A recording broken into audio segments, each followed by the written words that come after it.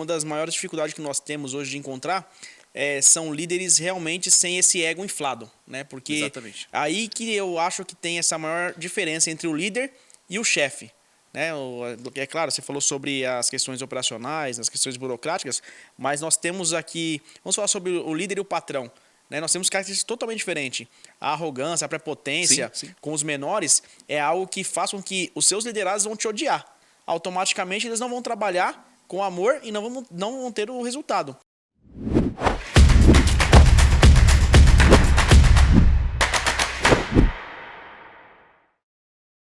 Olá, sejam muito bem-vindos novamente a mais um episódio da M7 Consultoria aqui no nosso podcast da M7. Para quem não me conhece, sou Cristiano de Almeida, CEO da M7 Consultoria, Treinamento e Desenvolvimento. É uma honra, um prazer enorme tê-los aqui novamente em mais um episódio aqui do nosso canal do YouTube. Espero que vocês tenham gostado também aí do nosso breve bate-papo, onde nós trocamos ali uma conversa informal, conseguimos falar de diversos assuntos e responder também as suas perguntas, os comentários que, devido ao tempo aqui do nosso programa, nós não conseguimos responder durante o podcast. Então, agradeço aí as mensagens de incentivo, os comentários realmente produtivos e alguns relatos também de alguns inscritos no canal que realmente sentiram uma mudança aí, estão praticando os nossos ensinamentos, as nossas instruções, estão pondo em prática não só na vida profissional, mas também na vida pessoal. Então isso, para nós, é muito gratificante. Falo aqui também em nome de toda a equipe da M7 Consultoria. Espero um dia trazer todos aqui para dar um alô para vocês, mas representando aqui a nossa M7, agradeço de coração todas essas manifestações de carinho. Antes de nos apresentarmos aqui, o nosso ilustre convidado, não se esqueçam de se inscrever no canal, isso é muito importante, isso nos ajuda bastante. Compartilhar o vídeo se for realmente proveitoso, se fizer sentido para você, e acionar o sininho de notificações para ficar por dentro de todas as novidades da M7. Também aqui no link da descrição nós temos o acesso à plataforma da EAD, da M7 EAD, M7 Cursos à Distância, da plataforma Guru. Entre diversos cursos ali nós temos oratória, gestão financeira, também gestão de pessoas, liderança, e também com preços acessíveis. Então, não marca bobeira. Uma novidade também aqui do nosso canal, em breve você poderá se tornar membro do canal e também fazer a assinatura aqui dos projetos da M7. Então, você fazendo a assinatura aqui da nossa M7 Consultoria, você terá acesso a cursos exclusivos, mentorias exclusivas e mais outras vantagens aqui que tenho certeza vocês vão gostar bastante. Perfeito? Sem mais delongas, estou aqui com o nosso ilustre convidado, meu amigo pessoal, também meu sócio em outros negócios aqui que nós temos aí durante a nossa vida profissional, também amigo de longa data, digamos assim, Paulo Rafael Ferreira. Muito prazer estar aqui contigo hoje, Cristiano de Almeida, o CEO aí da M7. Espero que hoje o nosso bate-papo seja proveitoso aos nossos inscritos e às pessoas que estão nos assistindo. Muito prazer estar contigo aqui hoje. Rafael, é um prazer tê-lo aqui, obrigado por ter aceitado o meu convite. O Rafael é empresário de sucesso, ele vai falar aqui para nós também um pouco da sua trajetória. É mais um profissional, é mais um empresário aqui, mais um empreendedor que vai trazer aqui a sua experiência de vida, a sua história de vida. Tenho certeza, assim como os outros convidados que nós tivemos aqui no nosso podcast, também serviram para vocês de exemplo de vida.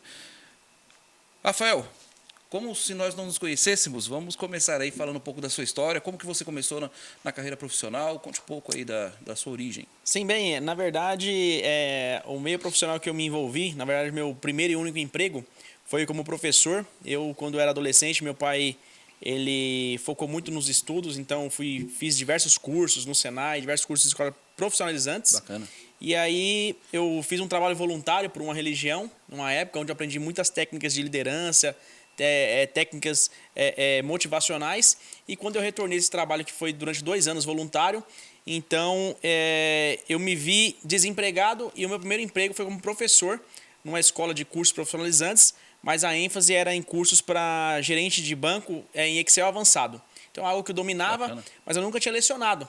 Mas eu sempre falei em público, desde criança, sempre falei em público, né? Devido à religião, devido aos projetos que eu fiz voluntário, me desenvolveu muito essa parte de dicção, de falar em público.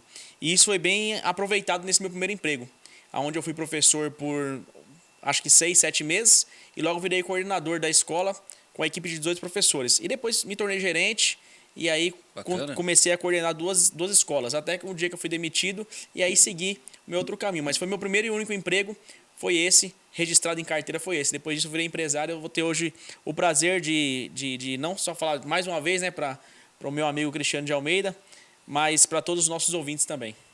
Bacana, Rafael. Aí, no caso, quantos anos você tinha quando começou nessa primeira... Eu tinha 21 anos. 21 anos. Foi o seu primeiro emprego? Foi o primeiro emprego. Foi porque eu fiz o serviço voluntário. Ah, você era da E aí igreja. era isso. E aí era dos 18 aos 21. Entendi. Então, nesse período, antes desse período, eu estava me preparando para fazer essa viagem, que é fora do estado. A gente passa 2 anos longe da nossa família.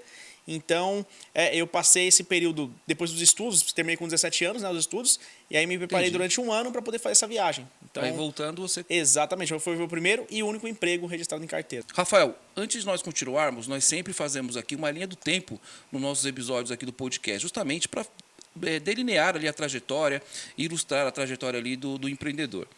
Inclusive, né, nós estávamos aqui nos bastidores, né, lembrando da época, né, sobre essa questão do Rafael ele ter começado a trabalhar com 21 anos, mas justamente por causa da igreja, não é isso? Você poderia contar um pouco, só para a gente entender? Era até o motivo aqui, vocês não vão conseguir ver aí no nosso episódio, terá uns cortes aqui, os erros, né, para a gente entrar nesse assunto, mas eu acho que é interessante você nos passar até a idade que você realmente serviu a igreja, até a idade que você foi para o seu primeiro emprego. Exatamente. Eu participei dessa religião desde quando eu nasci, né? Eu nasci, meus pais já eram dessa religião, e lá desde criança os pais já colocam nessa linha do tempo que nós vamos fazer agora, nessa cronologia, esse serviço voluntário que os jovens fazem na igreja dos 18 aos 21 anos. Né? Então eu já fui preparado para que nesse tempo eu fosse fazer esse serviço voluntário. Então, pensando nisso, o meu pai nunca me deixou trabalhar antes desse tempo, justamente para me ter uma melhor preparação. Né? Tanto que eu logrei êxito nesses 2 anos que eu fiquei nesse serviço voluntário durante 2 anos. No retorno, eu precisei procurar um emprego. Né? Por isso que eu fui procurar emprego tarde, devido a esse trabalho voluntário, ao qual me deu hoje essa vida que eu levo hoje, né? essa trajetória que eu levei hoje, falando corporativamente, empresarialmente, justamente pelas técnicas que eu aprendi nesse serviço voluntário. Então eu retornei e aí procurando emprego, meu primeiro emprego foi como professor numa escola de rede de cursos, que na época estava em alta, né? E aí eu foquei muito em cursos para gerente de banco em Excel avançado. Eu dava curso de tudo, de marketing pessoal, de oratória, dava curso de inglês, aula de inglês, mais gramática, né? Mas o meu forte mesmo era a parte do Excel, justamente por eu ter facilidade com a área das exatas. Né? Então, foi aí de onde partiu o meu caminhar no mundo empresarial, no mundo corporativo. E é isso que é interessante, foi a questão da religião, né? Foi uma coisa que nós não tivemos aqui, é um fato, na verdade, que nos podcasts anteriores, nos episódios, nós não tivemos essa vivência. Então, você teve que, por questões religiosas, digamos assim, fazer ali uma missão, né, que é como missionário e tudo mais, e dentro dessa missão você aprendeu justamente a liderança, a questão de gestão, que você utilizou no seu primeiro emprego, no seu primeiro cargo, que já foi de professor. Exatamente. Não era o objetivo, né, desses 2 anos de trabalho voluntário, esse objetivo era um trabalho mais humanitário, mais um trabalho espiritual, porém, você lidar com pessoas, você aprende algumas técnicas, você aprende algumas maneiras de você liderar. E aí, lá nessa missão também, em 4 meses eu liderava 200 pessoas. Bacana. Então, eu comecei a parte de liderança lá. E tinha um curso dentro da igreja para isso? Tinha um curso, tinha uma preparação. Nós somos preparados desde criança, para quando você chega nesse tempo. Mas antes de você passa por 15 dias, acho que hoje está 14 dias, num centro de treinamento, para que você parta para esse lugar. Eu fiquei em Pernambuco, no estado de Pernambuco, na verdade conheço o estado inteiro. Então, tenho um carinho muito grande pelo povo de Pernambuco. Mando um abraço aqui para todos os pernambucanos. Foi um tempo muito legal, conheci muitas pessoas boas, e nesse tempo eu tive essa oportunidade de aflorar essa minha parte de liderança. Meu pai sempre me dizia, né? Você nasceu para ser rabo ou ser cabeça, nós temos que decidir se nós vamos ser rabo ou cabeça. Né? Isso é uma decisão nossa. E aí nós temos que buscar ferramentas para que nós possamos alcançar aí, então, o sucesso. Né? Foi isso que eu fiz nesse pequeno tempo que eu fiquei, esses 2 anos, e depois, né, quando eu voltei para São Paulo, nesse meu primeiro emprego. Né? Foi justamente as técnicas que eu aprendi lá, eu apliquei nesse primeiro emprego, onde eu logrei êxito também nesse 1 ano e meio que eu fiquei nessa empresa. Era professor de cursos, é isso? Exatamente. Cursos livres. Na época eram cursos profissionalizantes, né? E cursos técnicos. Então, o meu foco mesmo era atender alunos VIPs nessa escola. Eles tinham cursos VIPs para gerentes de banco, dava aula também para engenheiro civil. Muito bom. Tudo que mexia com cálculo, matemática, fórmulas no Excel era o meu forte. Mas eu dava aula de todos os segmentos. Oratória, marketing pessoal, liderança, motivacional. Tudo isso eu fazia. Até que surgiu uma vaga de coordenador pedagógico, onde, como eu era o professor mais novo, né, eu tinha apenas, acho que 6 meses, eu nunca me imaginei que eu seria escolhido pelo dono da empresa. E aí a gente ficou por um período de avaliação, ao qual no final ele me comunicou que eu seria o novo coordenador pedagógico, aonde eu saí da sala de aula e passei a coordenar uma equipe de 18 professores. É um cargo de gestão, né? De liderança de pessoas. Exatamente. E como você pode nos passar a sua experiência nesse caso, assim, de lidar com pessoas? Hoje você também é um líder em outras associações, digamos assim. Qual é o desafio do líder? Porque nós temos muito é muito recorrente essa pergunta aqui nos comentários aqui dos nossos episódios, né? Qualquer um pode ser líder? Existe o líder nato? Quais são os desafios? Ser líder, ser na verdade, eu ia falar chefe. Chefe cuida mais das questões como gerente, né? Mais das questões operacionais, na verdade, gerenciais, né? De sistêmicas, digamos assim. Já o líder lida com a pessoa. Sim. Lida com o fator humano, digamos assim. Como que seria a sua experiência? Poderia passar para nós desse período? Claro, com certeza. Na realidade, a liderança, você, no meu modo de ver, né? Não sou o dono da verdade, mas eu acho que você já nasce com esse dom. Você já nasce com a predisposição a ser líder. Ou você é treinado para ser, como eu fui pelos meus pais devido à religião. Exatamente. Então, é claro que todos nós temos dons diferentes, todos nós temos aptidões diferentes. Nem todo mundo vai ser um líder. Existem líderes que eles são líderes e às vezes ele não precisa mostrar de fato a cara. Ele motiva através de um telefone, ele motiva através de uma mensagem. Isso é verdade, né? E tem aquele líder que ele tem que estar sempre ativando o emocional dos seus liderados para que ele possa alcançar os seus objetivos. Mas a maior dificuldade do líder, além de motivar os seus liderados, é também ser motivado. Porque ao contrário dos liderados, os liderados normalmente eles precisam de alguém para motivá-los. No caso, tem que ser um líder. Sim. E ele vai motivar através do quê? Através da sua motivação. Sim. Então o líder tem que ser automotivado, ele não pode esperar ninguém motivá-lo. Isso é verdade. Ele tem que ser a motriz, né?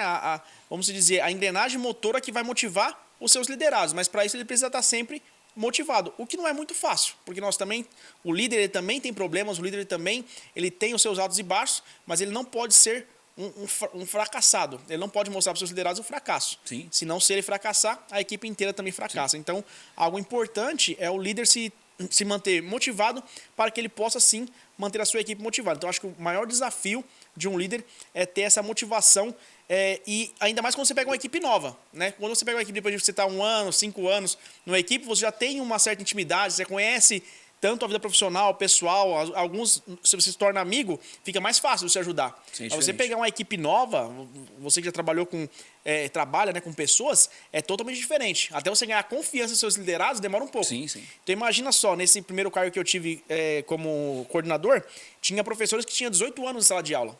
18 anos de experiência. E eu ia liderar essa pessoa. Sim. Tanto que no dia que eu virei coordenador, um pediu demissão, justamente por não aceitar essa minha promoção. Imagino. Né? Porque nas empresas corporativas, ao contrário do que muitos acreditam, levam-se muito em consideração a meritocracia, né? E a capacidade que você tem de trazer resultados. Porque para as empresas, não importa se você é bonito, se é branco, se é pobre, não importa. Ele quer saber se você é capaz de trazer resultados. É isso que a empresa espera de você. É verdade. E hoje, como empresário, é isso que nós esperamos também de quem trabalha para nós. Sim. É a capacidade que ele tem de trazer o resultado positivo. Exato. Até, Rafael, é muito interessante o que você falou. Bom, já conheço a trajetória, né? E até já conversamos a respeito disso em algumas outras vezes. Fico até contente realmente de você estar aqui conosco para passar um pouco da sua experiência. Uns pontos que eu anotei aqui, enquanto você falava, é a questão realmente do líder nato e do líder treinado. Realmente, existe aquela pessoa que já nasceu para ser líder, ela já é um líder natural. A forma como ela fala, a forma como ela resolve as situações. Né? Às vezes, num ambiente onde está um conflito, ela é aquela pessoa que acalma ali os ânimos, ela direciona as pessoas. Então, é só um exemplo de um líder nato. Mas é claro que a pessoa ela pode ser treinada também. Né? A pessoa ela pode ter um treinamento. Não é fácil, tá? Vou dizer para vocês, não é fácil. Ela tem que ter um treinamento, ela tem que saber de gestão de pessoas, ela tem que saber um pouco de psicologia, ela precisa saber um pouco de coach, de mentoria. Então, mas pode acontecer sim, tá? Um outro ponto também que você citou da motivação do líder, né? Que digamos, o meu terceiro chefe que eu tinha, que antes de eu ter o primeiro cargo de líder numa logística, ele me disse que o líder de operação é um pirata. Por que o pirata usava o colete vermelho? Porque todo pirata usava o colete vermelho para não ver as manchas de sangue. Aí eu perguntei, mas como assim? Porque é exatamente isso. O líder ele não pode transparecer, às vezes, o que acontece na sua casa, o que acontece na sua vida pessoal, porque é justamente o que você falou. Ele tem que motivar ali os seus colaboradores, né? E também eu achei muito interessante você falar da questão dos gerentes mais antigos, né? Porque, realmente, falando aqui abertamente, é difícil você prestar um treinamento ou uma consultoria para gerentes, para coordenadores, para donos de empresa, porque, às vezes, a maioria acha que já sabe de tudo. E é uma barreira que também você, como líder, você tem que quebrar. Então não é fácil, é um caminho árduo, mas também é gratificante, né? Exatamente, exatamente. Eu acho que uma das maiores dificuldades que nós temos hoje de encontrar são líderes realmente sem esse ego inflado, né? Porque Exatamente. aí que eu acho que tem essa maior diferença entre o líder e o chefe. Né? É claro, você falou sobre as questões operacionais, as questões burocráticas, mas nós temos aqui, vamos falar sobre o líder e o patrão. Né? Nós temos características totalmente diferentes. A arrogância, a prepotência Sim. com os menores é algo que faz com que os seus liderados vão te odiar. Automaticamente eles não vão trabalhar com amor e não vão ter o resultado. O que acontece nas empresas? Tem uma grande rotatividade de funcionários. É o que aconteceu justamente nessa equipe que tinha lá de marketing, que não era o meu departamento. O meu departamento era o pedagógico. Entendi. Era o de atendimento ao cliente após a venda. Entendi. Ou seja, a recepção dos alunos. O marketing era a venda dos cursos nas escolas que eram feitas. Sim. Então tinha uma alta rotatividade justamente pelo gerente de vendas que tomava conta desse departamento não saber lidar com as pessoas. Então ele tinha uma alta demanda de contratação e demissão. Então ele gastava mais tempo contratando e demitindo do que de fato exercendo o que ele precisava fazer, que era captar Exato, alunos. que é o que mais acontece. Exatamente. E era uma escola de grande porte. Nós tínhamos 5 mil alunos. Então imagina uma escola de 5 mil alunos aberta de segunda a segunda. Porque nós tínhamos cursos de sábado e domingo, que eram dias que as pessoas que trabalhavam folgavam e faziam os cursos dia de sábado e domingo. Então, assim, era um grande fluxo de pessoas. Nós tínhamos lá, ao todo, 11 laboratórios. Cada laboratório com 20 computadores. Então, era uma escola muito grande. Uma estrutura grande. Muito grande. E depois disso você foi para coordenador? Isso. Eu fui professor, depois virei coordenador. E aí depois, por um desentendimento, vamos dizer, empregatício, eu fui mandado embora. E aí eu me vi novamente buscando uma nova oportunidade. Só que já tinha um salário um pouco elevado por ser coordenador, estar comandando a equipe tanto de recepção, limpeza e também a equipe de professores. Então me vi uma necessidade de retroagir, né? Principalmente o salário, começar tudo de novo. E é algo que eu não queria, porque eu já tinha uma rotina, né? Já tinha uma qualidade de vida onde eu estava conseguindo meus primeiros passos na vida, né? Falando financeiramente. E aí eu tive a ideia, né, de abrir a minha própria escola. Então, aos 22 anos de idade, para os 23 anos, eu decidi, com o dinheiro que eu tirei da minha rescisão, que foi algo perto de 10 mil reais, se me permite falar aqui. Muitas pessoas hoje pensam que precisa de grandes investimentos para se abrir um negócio, né? 100 mil, meio milhão. Mas eu abri meu negócio com 10 mil reais e o talão de cheque do meu pai em branco, por incrível que pareça. Caramba. Então, fui na fé e aí aluguei o espaço, fiz uma pequena reforma, conversei com o dono do imóvel e comecei o meu primeiro empreendimento, ao qual, em 5 meses, eu tinha 600 alunos, uma renda de 25 mil reais por mês. Caramba. Eu com 22 anos. Então você já empreendeu assim que você saiu? Saí de lá com um salário de mais ou menos 3.500 reais e com 5, 6 meses eu estava ganhando quase 20 mil reais livre por mês. Caramba. Então foi assim um salto muito grande. Sim. E aí eu sempre fui muito acompanhando as notícias de economia, política, e sempre fui vendo que era muito importante investir e as áreas que deviam investir. Então eu comecei a investir esse meu capital, já que eu ganhava muito pouco, estava ganhando muito, né? Então eu comecei a reinvestir o dinheiro aonde que eu tive um pouquinho de sucesso aí nos meus empreendimentos.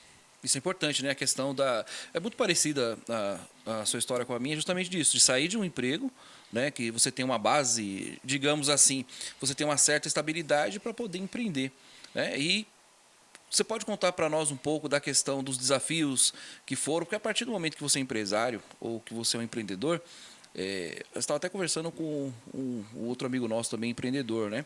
Nós não temos 13º, não temos férias, não temos nada nesse sentido. Como que foi para você, então, esse baque, na verdade, essa mudança de uma CLT para o empreendedorismo? Ser o seu próprio chefe, sabendo que não tira férias, trabalha a mais, o que você ganha você tem que reinvestir, como você disse. Como foi essa mudança para você? Foi um período desafiador, né? Foi um período muito complicado. Para você ter noção, se me permite contar algumas coisas Sim, com vontade. importantes, estava recém-casado, tinha uma filha recém-nascida, desempregada, abrindo um negócio. Eu fiquei uma semana sem ter um bujão de gás, por não ter o dinheiro para comprar, mas eu sabia que se eu fosse persistente, se eu lutasse, se eu tivesse uma conexão comigo mesmo, se eu fizesse metas, colocasse meus objetivos, eu iria alcançar. Então, foi algo muito difícil, mas eu sabia onde eu queria chegar. Eu sabia qual que era o meu alvo. Então, eu sabia que talvez demorasse um pouco e eu até me surpreendi pela velocidade que foi, né? Então, você pegar uma empresa que você está começando do zero, abrir um CNPJ, com 5, 6 meses, você tem um retorno rápido, né? Isso é muito gratificante. E você vê o esforço do seu trabalho, o esforço do seu suor. E aí, a maior dificuldade que eu tinha era o tempo. Porque eu era o recepcionista, eu era o faxineiro, eu era o porteiro, eu era o financeiro, eu era o vendedor, eu era o professor, eu fazia tudo. Porque não tinha como pagar funcionários. Até que a empresa estabilizou e eu consegui colocar professor, consegui colocar recepcionista, consegui abrir mais turnos. Então, eu consegui abrir um novo laboratório, só tinha um, comecei a ter 2 laboratórios. Então, eu consegui aí, em pouco tempo, organizar de uma forma que eu tivesse um pouco de qualidade de vida, o que eu não tinha nesse começo, né, que foi muito difícil. Imagina. Eu chegava às 7 horas da manhã, saía 11 horas da noite. E para gravar, eu fui assaltado 2 vezes quando eu abri lá. Caramba. Então, foi algo assim que me deu um baque, mas eu não desisti. E tanto que deu certo a escola até o ponto que eu fiz um projeto para virar franquia. E aí, Isso é bom também. era a minha ideia, que fosse franqueado. Era a ideia que eu tinha para a antiga escola que eu trabalhava. O dono tinha 8 unidades. Eu falei, por que você não franquia a Bandeira? A Bandeira é boa, ela se vende. Só tinha no estado de São Paulo, ele abriu uma no Rio de Janeiro, mas ele não quis franquear. Ele queria ter a própria marca. E o irmão dele tinha uma outra empresa que eles começaram juntos, separaram. Ele tinha 70 unidades. Caramba, bastante. 20 dele e 50 franquias. Bastante. Então imagina só a visão do outro empreendedor. Os dois começaram juntos. Sim. E aí depois você pensa por que eles acabaram se separando. Né? Porque um era visionário e o outro ele estava ali acomodado na mesmice. E aí hoje a gente sabe o que aconteceu com as escolas de curso. Todas praticamente fecharam depois da vinda do smartphone, da vinda do computador compacto, que é o notebook. Sim. Nessa época que eu abri há 10, 12 anos atrás, estava começando essa área digital, a área da internet estava começando. Então, infelizmente, essa área ela acabou se deturpando um pouco e esses cursos se finalizaram. Hoje, se você pega uma criança ou um idoso, que era o meu forte na minha escola, eles já sabem aí mexer em smartphone. Hoje, raramente pessoas têm computador em casa. Hoje o computador está na palma da mão, Isso é verdade. que é o próprio celular. Né? Então, eu vi também essa mudança na época e aí acabei vendendo a escola para uma outra pessoa e o dinheiro que eu peguei eu reinvesti no ramo dos transportes, que aí é uma outra área aí que eu comecei a atuar, que eu atuo hoje, né? Então, é muito interessante, né? Eu costumo sempre dizer a fala dos empreendedores aqui, dos empresários que vêm nos nossos episódios aqui do nosso podcast, que é muito interessante. É a questão do sacrifício, é a questão de você acreditar no seu projeto. Não é fácil. E eu sempre pergunto aqui, eu sempre faço a mesma pergunta para os empreendedores que vêm aqui, justamente para desmistificar. Não é fácil. Então, nós vemos aí pipocando na internet, aí, nas redes sociais, olha, fique rico, 7 em 6 e tudo do tipo, compra a minha fórmula, que a minha fórmula você vai ficar rico em pouco tempo. Não existe isso. Tá? Não existe você ficar rico em pouco tempo. É muito trabalho, muita dedicação, para você ter um retorno, às vezes, de anos, né? Exatamente. De anos do valor investido. Aí tem a questão da sua família, daquela que acreditou em você. No caso, você teve apoio da sua família, eu sempre pergunto isso também. Tá? Exatamente. É como todo começo de qualquer projeto, se você não tiver o apoio de quem está ao seu redor, Sim. seja a sua família ou um amigo que você mora junto, alguém que está no seu redor, fica muito mais difícil. Sim. Não que você precise de nada material ou de esforço físico, mas você precisa de algo mental, algo espiritual, que a pessoa pelo menos emane boas energias para que você possa ali ser uma válvula de escape, para você não se ficar muito estressado, para você não ficar muito envolvido nos problemas, porque vão surgir, né? São desafios diários. Então, é muito importante que a gente tenha, assim, pessoas, que a nossa família, o nosso ciclo de amizade, ela esteja, no mínimo, torcendo por nós. É um apoio moral, né? Exatamente. Isso eu acho que é o mínimo, porque é muito difícil, né? Apesar de nós estarmos no Brasil, um país das oportunidades, né? Mas é um país onde tem o jeitinho brasileiro, onde tem muita corrupção, mas ainda assim é um bom país para se investir. É um bom país de oportunidades. Só que para isso nós temos que ter essa visão das necessidades que a população tem e ser inovador. Você pega aqui as grandes empresas hoje de telecomunicações, as grandes empresas hoje de redes sociais, são as maiores empresas do mundo. Você pega as empresas Google, Apple, Microsoft, são empresas que não têm 50 anos, são empresas que estão estourando, empresas bilionárias, porque alguém viu a necessidade, teve uma ideia, acreditou no seu projeto na garagem de casa e fez acontecer. Então, nós devemos pegar esses exemplos e que sirvam de motivação para nós. Né? Você falou um pouco sobre riqueza, né? Eu assisti uma série, e nessa série fala uma frase, né? Eu não vou citar a série, mas fala que nós não somos ricos pelo quanto nós ganhamos, nós somos ricos pelo quanto nós guardamos. Sim. Então é muito importante para nós, tanto o empresário quanto alguém que é assalariado, saber que às vezes você que é assalariado tem mais dinheiro do que quem é empresário. Sim. Porque você poupa mais do que você gasta. Exato. Então essa que é a grande charada do negócio. Não é quanto você ganha. Você pode ganhar 1 milhão, mas se você gastar 1 milhão e 100, você vai ser um empresário fracassado. Né? E sempre ver oportunidades de reinvestir. Uma das coisas que eu tinha em mente era não ter um segmento só de investimento. Isso é importante. Porque sempre tinha altos e baixos, como cursos, por exemplo.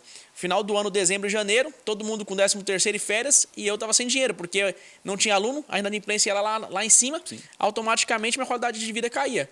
Então o que eu comecei a fazer? Eu comecei a poupar dinheiro para que no dezembro e janeiro, onde não tinha capital entrando, eu tivesse uma reserva para me suprir. Fundo de caixa, né? Então, é muito importante nós analisarmos todos esses altos e baixos. Nós temos algumas áreas que ela é alta o ano todo. Você pega hoje a área da beleza, você pega hoje a área automotiva, que é da mecânica, que é da parte de produção, elas vão estar sempre em alta, porque são coisas da nossa rotina. Né? A saúde, você pega a área farmacêutica, elas vão estar sempre em alta. Então, apesar da defasagem, né? Você pode ver a rua que você mora, o bairro que você mora, quantas farmácias tem, quantos cabeleireiros tem, quantos mercados tem. Por quê? Porque é algo do nosso dia a dia. Você tendo ou não dinheiro, você precisa consumir. Né? Para quem tem carro, você precisa fazer manutenção, não tem como para onde você correr. Então você vai ver uma rua com 5 mecânicas e toda cheia. Por quê? Porque é muita demanda. Sim. Então é isso que nós temos que ver quando nós vamos investir. Qual que é a necessidade? Mas também tem demanda isso aqui? Às vezes a sua ideia não é a ideia que as pessoas estão procurando. Então tudo isso, na hora de você abrir um negócio, você tem que fazer uma análise. Por isso que aí entra, até falando um pouco da M7, aí que entra a consultoria. Exatamente. Justamente para isso, né? Os clientes vêm, nos procuram justamente para nós fazermos essa análise. Eu quero abrir um determinado negócio, mas o que você espera obter desse negócio? Quanto que você pode investir, quanto você vai ter de retorno, né? E uma coisa muito importante que você falou também me fez lembrar o que eu sempre ouvi no meu começo, né, de carreira, que nós não podemos ser loucos o suficiente para investir num negócio só. A gente não pode ter só uma fonte de renda, então a gente tem que investir em vários segmentos, né, vários caminhos. Isso é importante também. Exatamente, foi uma das coisas que eu fiz depois que eu vendi a escola. Eu comecei a ver oportunidades de investimento. Eu já fui dono de clínica médica, eu já fui sócio de empresa de segurança, eu já fui sócio de mecânica automotiva, eu já fiz parte de empresa de ar-condicionado. Então, tudo que vinha de oportunidades, eu estava lá investindo e também dando ideias para que aquilo fosse aprimorar. Só que quando você faz alguma coisa onde você tem sócios, nem sempre vocês pensam iguais. Sim. É aí onde você tem o desentendimento, onde você tem uma ruptura dessa empresa. Né? Infelizmente, foi o que aconteceu comigo nesse caso. Então, o meu maior investimento, que deu mais certo, foi no ramo dos transportes. Eu tive, para vocês verem como que a escola foi importante eu ter tido a escola. Na frente da minha escola tinha um supermercado e tinha um rapaz que ele fazia parte de entrega, não existia transporte aplicativo. Então ele tinha várias combis agregadas e fazia entrega de compra nesse mercado. E ele fez um curso comigo justamente buscando o que a M7 oferece. Caramba. Um curso de gestão financeira para que ele pudesse organizar melhor as suas finanças, porque ele tinha mais do que uma empresa, e ele e a filha dele fez um curso particular comigo. E nesse curso nós ficamos amigos e um dia ele me comentou a necessidade que ele tinha de colocar mais 3 novas Kombi para trabalhar lá.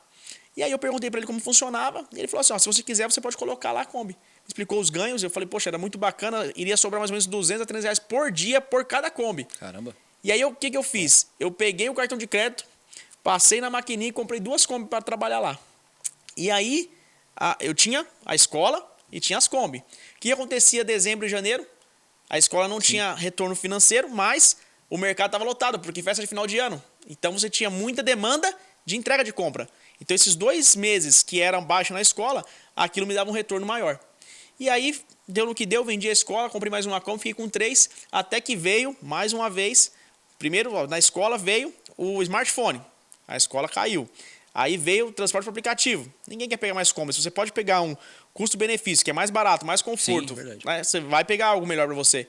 E aí eu acabei vendendo as Kombi e aí comprei 4 carros para trabalhar com transporte de aplicativo. E aí aluguei e hoje a minha renda maior é dessas locações. Eu tenho 15 veículos locados, ao qual me dá a renda do qual eu sobrevivo. Então é basicamente isso a minha trajetória. E hoje também tem alguns imóveis que eu vivo também do aluguel deles. Mas começou tudo fruto desde o começo, sim, desde do trabalho voluntário que eu fiz quando eu era jovem, né? E hoje continuo ainda com essa parte aí voltando para os automóveis locados e para alguns imóveis alugados também.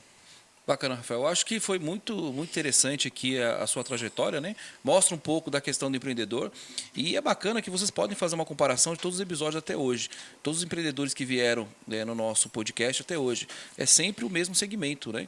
E aquilo, o empreendedor de sucesso é aquele que sempre investe, ele não para. E eu sempre vou repetir isso aqui. O dinheiro, ele não é um fim, ele é um meio. Então, para o empreendedor, o dinheiro ele é um meio para que você consiga empreender cada vez mais. E até teve um negócio aqui que ele conseguiu vender e dessa venda fazer um outro novo negócio. É fantástico.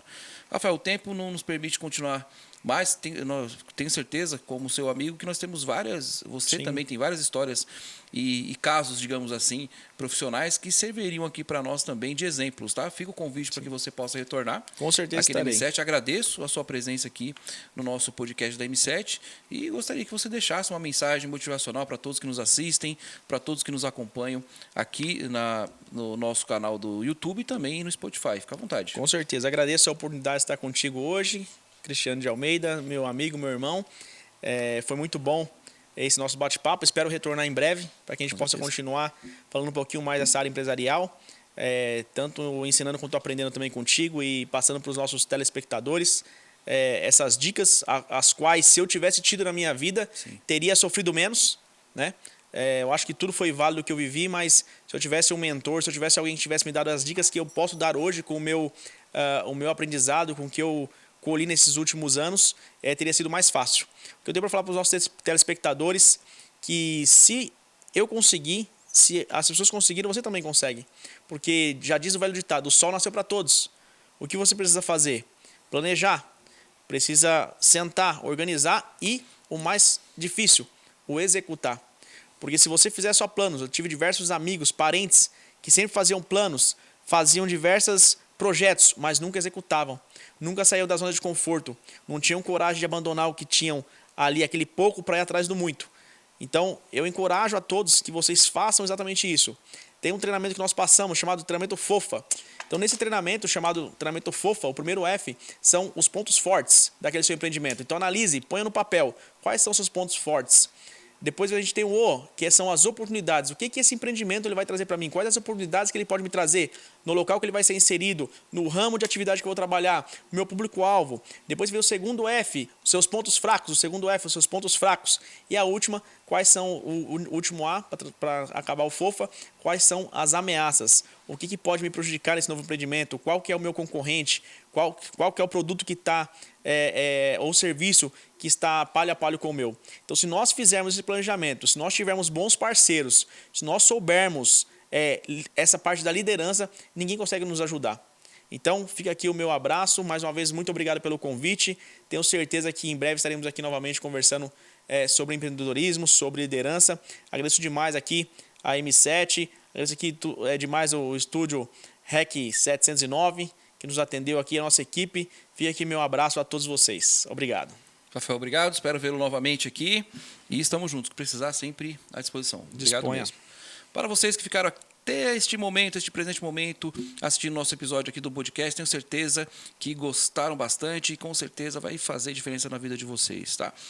E não se esqueçam dos recados iniciais, não se esqueçam de acessar o link. Vamos deixar também o link aqui do trabalho do Rafael para que vocês conheçam um pouco mais. E deixar, como sempre, a nossa mensagem final. Bom, aqui com o exemplo do nosso grande amigo Rafael, é exatamente o que eu vou falar agora. Às vezes nós vemos uma pessoa, um empreendedor de sucesso, como o Rafael, por exemplo. E às vezes nós falamos, nossa, foi sorte. A sorte ela não existe. Tá? O que existe é trabalho duro e perseverança. Você nunca pode desistir. Então pode ter certeza, quando você ter ali ter como exemplo e ver ali um empresário de sucesso, pode ter certeza que ele batalhou bastante, que ele sofreu bastante, que ele perseverou. Então, às vezes, a maioria das pessoas, elas até criticam e julgam, né? Mas aquela pessoa tem posses, aquela pessoa tem isso, aquela pessoa tem aquilo. Entenda que ela trabalhou para ter aquilo. Então, todo empreendedor de sucesso, todo empresário, ele batalhou e correu atrás dos seus objetivos e dos seus sonhos. E como o Rafael disse aqui, isso qualquer pessoa pode fazer. Não somos melhores que ninguém. Você pode também seguir o exemplo. Por isso que eu sempre digo, você tem que ter sempre um exemplo de vida, um exemplo pessoal, um exemplo profissional, para que você possa seguir. Um exemplo realmente bom que vai agregar para você. Terminando aqui essa mensagem, é aquilo, siga conselhos daqueles que constroem alguma coisa. Não sigam conselhos de quem não constrói nada, só criticam as pessoas, tem inveja das pessoas e só vive de maledicência. Então tenham exemplos bons na vida, é o que nós precisamos, né? Pessoas que sejam melhores e façam você se tornar melhor, né? Porque de pessoas que te deixam para baixo, o mundo já está cheio. Então fica aí essa mensagem de hoje e aguardo vocês no nosso próximo bate-papo da M7 e também aqui no nosso podcast da M7 Consultoria.